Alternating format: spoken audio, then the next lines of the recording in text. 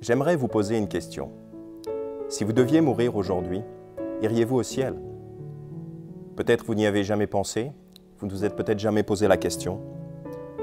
Mais la Bible dit que vous pouvez être sûr à 100% d'avoir votre place au paradis. Selon la Bible, il y a certaines choses que vous devez comprendre afin d'obtenir le salut. Tout d'abord, personne ne va au paradis parce qu'il est une bonne personne. Nous n'allons pas au paradis grâce à nos bonnes œuvres. En effet, la Bible dit en Romains chapitre 3, verset 23, « Car tous ont péché et sont privés de la gloire de Dieu. » Aux yeux de Dieu, nous sommes tous coupables d'avoir enfreint sa loi. Nous avons tous commis le péché, comme vous, comme moi. Chaque fois que nous avons menti, même désobéi à nos parents, ou convoité les choses qui ne nous appartiennent pas, comme des possessions, des richesses, ou une femme qui n'est pas la nôtre, toutes ces choses-là sont des péchés. Et la Bible dit, nous sommes tous des pécheurs. Voilà pourquoi nous sommes tous coupables aux yeux de Dieu. Et la Bible dit, il y a un châtiment pour le péché, car Dieu est juste. Il ne peut pas laisser le péché impuni. C'est pourquoi il dit en Romains chapitre 6, verset 23, « Car les gages du péché, c'est la mort. » Ainsi, voilà pourquoi nous mourons, voilà pourquoi nous devons mourir. C'est à cause du péché. C'est une punition, car Dieu doit punir le péché. Et quand la Bible parle de la mort, elle ne parle pas seulement d'une mort physique, mais cela parle surtout d'une mort spirituelle, de la mort spirituelle qui est l'enfer. Car quand nous sommes morts, nous allons soit au ciel, au paradis, soit en enfer. Et les gens qui meurent dans leur péché, sans être pardonnés, vont en enfer. La Bible appelle cela la seconde mort. En Révélation 21, verset 8, la Bible dit « Mais les peureux, et les incrédules, et les abominables, et les meurtriers, et les prostituées, et les sorciers, et les idolâtres, et tous les menteurs, auront leur part dans le lac qui brûle avec du feu et du soufre, ce qui est la seconde mort. » La Bible ici nous donne une liste de pécheurs et nous dit « Tous ces gens-là auront leur part dans le lac qui brûle avec du feu et du soufre, ce qui est la seconde mort. » Il parle donc ici de l'enfer, de la mort spirituelle.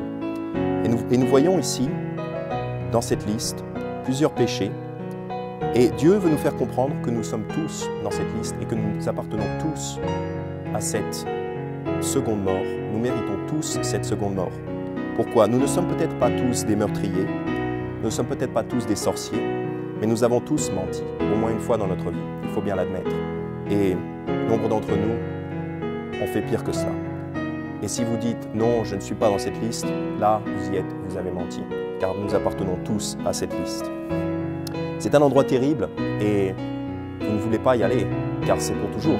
L'enfer, ça dure pour toujours. Vous êtes mort et ensuite, c'est pour toujours. Ça ne s'arrête jamais. Mais Dieu est un Dieu d'amour. Dieu nous aime. Il ne veut pas que nous allions dans cet endroit terrible. Il veut nous sauver. C'est pourquoi il dit, en Romains chapitre 6, verset 23, comme nous avons déjà vu, « Car les gages du péché, c'est la mort, mais le don de Dieu, c'est la vie éternelle par Jésus-Christ notre Seigneur. » Alors la première partie du verset, c'est la condamnation. C'est une mauvaise nouvelle, car les gages du péché, c'est la mort, oui. Mais Dieu ne nous laisse pas avec une mauvaise nouvelle sans nous donner un échappatoire. La deuxième partie du verset dit « Mais le don de Dieu, c'est la vie éternelle par Jésus-Christ notre Seigneur. » Ainsi, si nous sommes condamnés, nous pouvons échapper gratuitement à la condamnation. Dieu veut nous offrir le don de la vie éternelle. C'est un cadeau que Dieu veut nous offrir. Et c'est par Jésus-Christ notre Seigneur. En Éphésiens chapitre 2, versets 8 et 9, la Bible dit « Car vous êtes sauvés par la grâce, par le moyen de la foi, et cela ne vient pas de vous, c'est le don de Dieu. Ce n'est point par les œuvres, afin que personne ne se glorifie. » Encore, car vous êtes sauvés, sauvés de l'enfer, sauvés de vos péchés qui vous conduisaient en enfer. Vous êtes sauvés par la grâce. La grâce, c'est quelque chose que nous ne méritons pas, mais qui nous est donné quand même, qui nous est offert gratuitement. Exactement comme quand le président de la République donne sa grâce présidentielle à un condamné, il dit simplement « Je te gracie, donc tu n'es plus condamné », simplement parce que je le veux. Eh bien avec Dieu, c'est pareil. Il veut nous donner la vie éternelle par sa grâce, car nous ne le méritons pas, mais il veut nous la donner quand même. Car vous êtes sauvés par la grâce, par le moyen de la foi, donc c'est par rapport à ce que vous croyez dans votre cœur, c'est par rapport à vos croyances. Et cela ne vient pas de vous, c'est le don de Dieu. Donc le salut, le fait d'accéder au paradis, au ciel, cela ne vient pas de nous. Cela n'a rien à voir avec ce que nous avons fait. C'est le don de Dieu. Donc c'est un don pour lequel Dieu a payé. C'est Dieu qui a payé pour ça. Au verset 9, il dit « Ce n'est point par les œuvres, afin que personne ne se glorifie. » En fait, il le dit de 4 manières différentes. De 4 manières différentes, il dit « Être sauvé est un cadeau de Dieu. La vie éternelle est un cadeau de Dieu. » Ainsi, c'est Dieu qui a tout payé.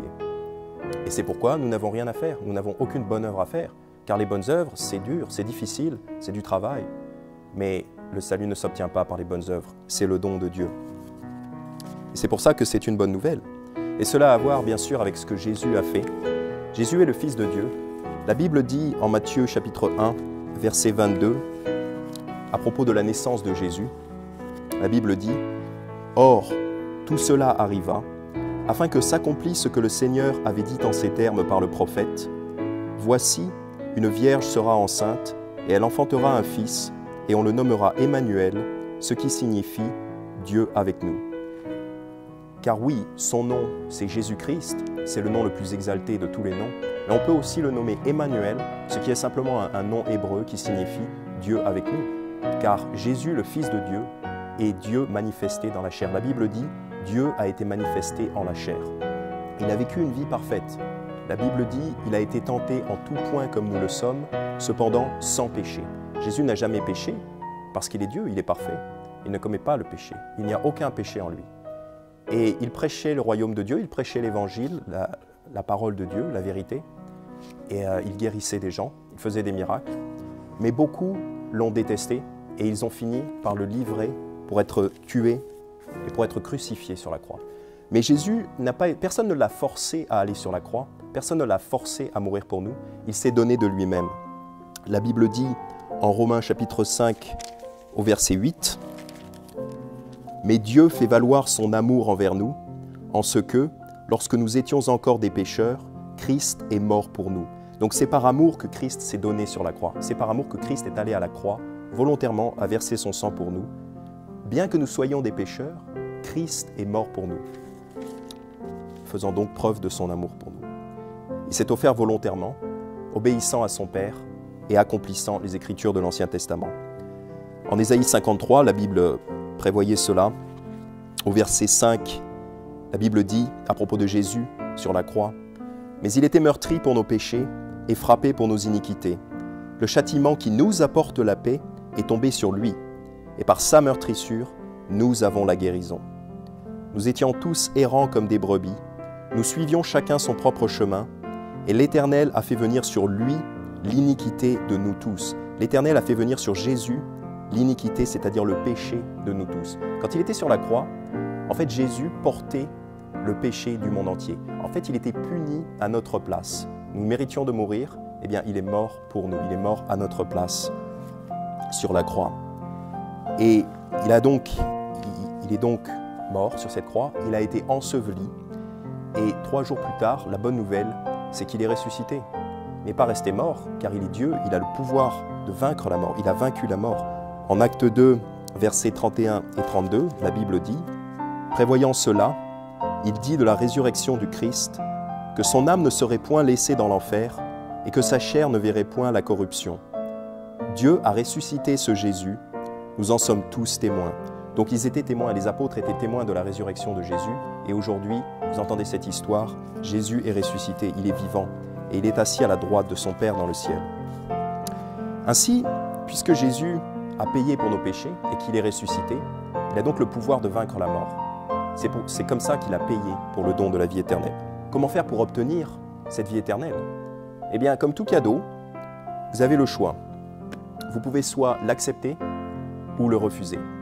La Bible dit en Romains 6, 23, « Car les gages du péché, c'est la mort, mais le don de Dieu, c'est la vie éternelle par Jésus-Christ notre Seigneur. » Vous pouvez donc choisir d'accepter ce cadeau par la foi, car vous ne voyez pas Jésus aujourd'hui, vous ne l'avez pas vu ressusciter, et vous entendez cet évangile et vous pouvez décider d'y croire si vous voulez. Et vous acceptez ce cadeau par la foi. La Bible dit en Jean 3, 16, « Car Dieu a tellement aimé le monde qu'il a donné son seul Fils engendré, afin que quiconque croit en lui ne périsse point, mais qu'il ait la vie éternelle. Ici, il est mentionné quiconque croit en lui. Il n'est aucunement mentionné le fait d'aller à l'église ou d'être baptisé ou de faire des bonnes œuvres. Bien sûr, ces choses-là sont bonnes, mais en ce qui concerne le salut et la vie éternelle, il est seulement mentionné quiconque croit en lui, c'est-à-dire quiconque a la foi en Jésus, quiconque croit que Jésus est mort sur la croix, qu'il a été enseveli et qu'il est ressuscité pour payer pour nos péchés. Si vous croyez cela, la Bible dit, vous avez la vie éternelle. Alors voilà comment vous recevez le cadeau de Dieu, voilà comment vous recevez la vie éternelle. La Bible dit en Romains chapitre 10, verset 9, que si tu confesses de ta bouche le Seigneur Jésus et que tu crois dans ton cœur que Dieu l'a ressuscité des morts, tu seras sauvé. Si tu confesses de ta bouche le Seigneur Jésus, c'est-à-dire si tu admets être un pécheur en danger de l'enfer, condamné à l'enfer, et que tu confesses que Jésus a effectivement payé pour tes péchés sur la croix et qu'il est ressuscité, bien sûr, il faut aussi que tu y crois de ton cœur, il faut que ça vienne du cœur. La Bible dit, si tu confesses de ta bouche le Seigneur Jésus et que tu crois dans ton cœur que Dieu l'a ressuscité des morts, tu seras sauvé. C'est une promesse. Il ne dit pas peut-être avec un peu de chance tu seras sauvé. Non, il dit tu seras sauvé. C'est une promesse de Dieu. C'est pourquoi il dit au verset 13, car quiconque invoquera le nom du Seigneur sera sauvé. Si donc vous lui demandez, il promet de vous sauver et de vous donner la vie éternelle. Et de la même façon que vous n'avez rien fait pour mériter cette vie éternelle, il n'y a rien que vous puissiez faire pour perdre ce cadeau une fois que vous l'avez reçu. Quelqu'un qui croit en Jésus, même s'il commet du péché plus tard, et il en commettra sûrement car nous péchons tous les jours, Dieu a donné ce cadeau. Et on avait l'habitude de dire quand on était enfant, on disait « donner c'est donner, reprendre c'est voler ». Et puisque Dieu vous a donné la vie éternelle si vous lui avez demandé, il ne peut pas vous la reprendre, car Dieu est juste. Une fois qu'il vous a fait un cadeau, c'est pour toujours.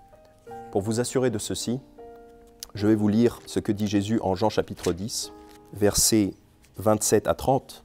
« Mes brebis entendent ma voix, et je les connais, et elles me suivent. » Les brebis, ce sont les croyants, ce sont les gens qui ont invoqué le nom du Seigneur, comme dit la Bible. Ce sont les gens qui croient en Jésus-Christ. « Mes brebis entendent ma voix, et je les connais, et elles me suivent. Et je leur donne la vie éternelle, et elles ne périront jamais, et nul ne les ravira de ma main. Mon Père, qui me les a donnés, est plus grand que tous, et personne ne peut les ravir de la main de mon Père. Moi et mon Père, nous sommes un. » Donc, quand vous croyez en Jésus-Christ, quand vous êtes un croyant, quand vous avez cru à l'Évangile, la Bible dit, Jésus vous tient dans sa main, et personne ne peut vous en arracher. Parce que ça ne dépend pas de vous, mais c'est lui qui vous tient.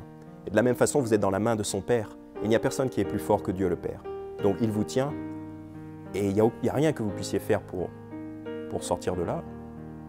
Personne ne peut vous en arracher, car ça dépend de lui, et c'est lui, avec son pouvoir, qui vous retient. Voilà pourquoi, quand vous êtes sauvé, vous êtes toujours sauvé, et vous pouvez avoir la paix. D'ailleurs, Dieu dit, je ne me souviendrai plus de leurs péchés, ni de leurs iniquités. Voilà pourquoi vous êtes sauvés pour toujours, et vous avez la paix avec Jésus. Tous vos péchés sont pardonnés et oubliés. Ainsi, si vous avez cru ces choses, j'aimerais vous inviter à formuler une prière. Je peux vous aider à formuler une prière. Si vous croyez que Jésus est mort pour vous sur la croix et qu'il est ressuscité, pourquoi ne pas prier avec moi dès maintenant? Voilà ce que vous pouvez dire à Jésus. Cher Jésus, je reconnais être un pécheur et mériter d'aller en enfer. Mais je crois que tu es mort pour moi sur la croix et que tu es ressuscité. Je te prie, s'il te plaît, de me pardonner et de me donner la vie éternelle. Gloire à toi. Merci. Amen. Voilà. Si vous avez prié cette prière et que vous y croyez dans votre cœur, vous êtes sauvés. Félicitations et gloire à Dieu.